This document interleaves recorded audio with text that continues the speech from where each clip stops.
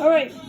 Okay, so we're gonna do this. Look, let's call it Bistro first of all, because we're straying far from typical, classical, all the other words, adjectives, to emphasize this dish, which would be just marinara and meatballs. Marinara and meatballs. But this will be fun. You know what? It's gonna be really good, and I'll remember it, and I'll do it again. Promise you that.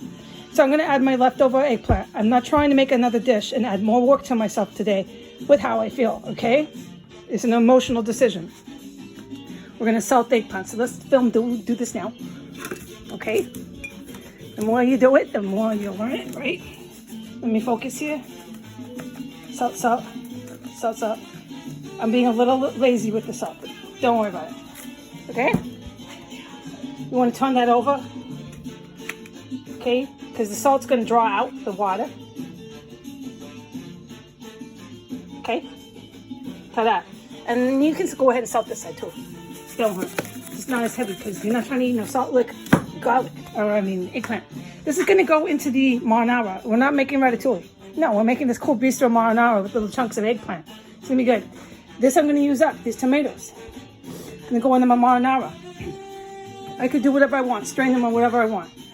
I put up also another instruction to classic, that what chefs use if they want to get uptight about the classic marinara and meatballs. I put it online. That's what you're doing. That's it. But we're not doing that right now on video. We're doing something fun, bistro. Cool, and it's gonna be really good. Bistro's awesome. People love bistros. I mean, let's not think of the let's not think of the 2020 bistro restaurant industry, period. For people who are old enough, I want you to go back about 20 years. Go back 20 years. Yeah, go back 15, at least 12 years. I'm serious, because that's when it started to really lose. The chefs were no longer opening up really cool restaurants that you read about and went to. All throughout America, it became a whole different animal. And here we are 15 years later. That's a while.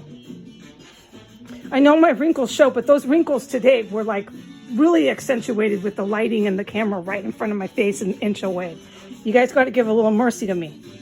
My wrinkles aren't that bad. I watched that. I was like, oh no, the lighting really did a number on me. But it doesn't matter when I'm filming like that. It's really what I'm saying. And it was about the latte chick and the bourgeoisie. So I understand. Okay, so remember, Amazon in Washington, D.C. in the year 2020 in this area of D.C. is in the grocery store. So they had no herbs, none. I could not get anything. All right, what I got was some basil.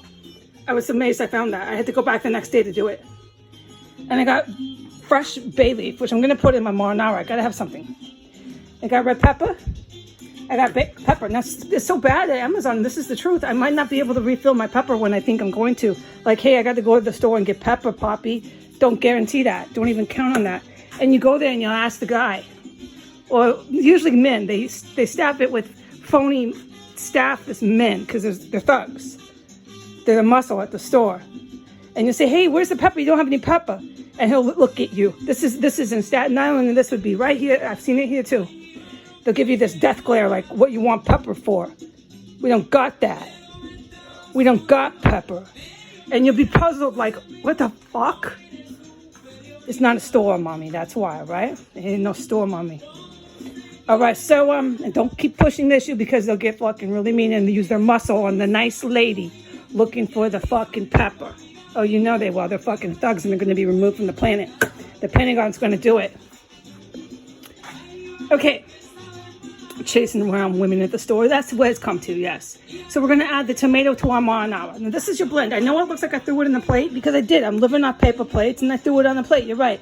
I used almost a pound of beef. This is, just match it to the eye, okay? The eye. This is turkey. It's a great supplement for veal. I will not touch no veal, all right? So this is your blend.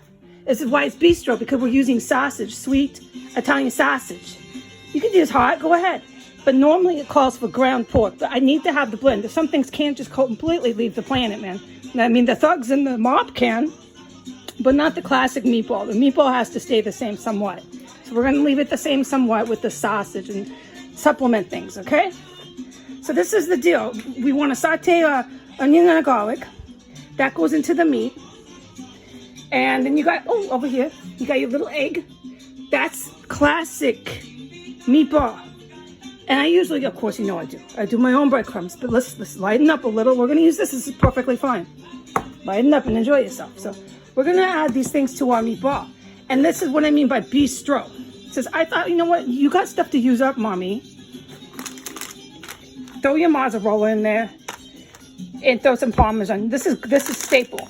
Parmesan is staple. Throw the mozzarella into the meatball too. I might throw it all in there. So it's going to be this mozzarella, cheesy, good bistro sausage, really cool. I'll do it again, trust me, but I'm not going to do it again and say it's an Italian meatball. It's going to be an Italian bistro meatball because you can't sell it if it's not what it really is. It's offensive. It's a variation of a classic Italian meatball is what we're making. With mozzarella and Parmesan and all the good things. It's really close to it. It's got the eggs and breadcrumbs, but we're just adding. And our marinara is not marinara no more. It's a vegetable marinara. I call it that because we're adding the eggplant. So there we go. All right, and I got the basil. I'm going to put this in the fridge. I'm going to rest for a minute. I'm going to let this sweat out. The Al-Qaeda female up there has been storming in the house. She's completely deranged. I'm trying to stay, like, you know, mellow through that. It's impossible. The body smell was back today. And all the behavior come with it. I'm not a dope. And neither are the boys in blue. All right? Them down there that I walked past today that drove by me smirking, dressed as cops. It really upset me. And I reacted to it on camera. I did. And I'm walking past all these white people with their dogs. It was really disturbing. Okay, but my guidance was really great, and I'm glad I meditated on it, and I put it and I shared it on Twitter what the guidance was. Yeah, it makes sense. A lot of them, you can notice the way they were dodging the camera too. I mean, you just have to watch it, but those are the ones that I can guarantee are fucking not sober, that don't want to be on no fucking camera with the cops watching it. A lot of people were dodging, ding, ding, in the way when they saw us filming. So, but basically, as the guidance, half the white people I film, I'll guarantee the white ones, but others too. It's not just a white drug, are fucking blazing high, crazed high right now, because they still have the narcotics accessible. And those cops that are smirking and stuff are protecting it, okay? They're not cops. I was glad for my guidance. Let the Pentagon handle it. Let the real boys in blue handle this. My job is to stay safe in here. Ignore this fucking female up there. Do the best I can, make my dinner, okay? Stay safe in here. God bless America. Say goodbye.